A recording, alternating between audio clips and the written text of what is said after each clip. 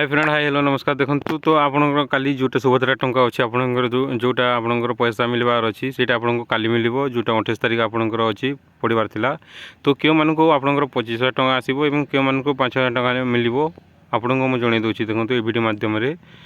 तो तार अपडेट मु आपनको दे दोछि जे देखंतु जो माने टोटाली एपर्यंत पैसा पाइना आपनकर टोटाली सुभद्रा योजना जो मानकर पेंडिंग थिला से मानकर सक्सेसफुल हो जाइछि एवं जो माने न्यू यूजर अछंती बेनिफिशियरी अछंती से मानको आपनको टोटाल पेमेंट आपनकर पांचटा किस्तीर आपनको 25,000 टका मिलिबो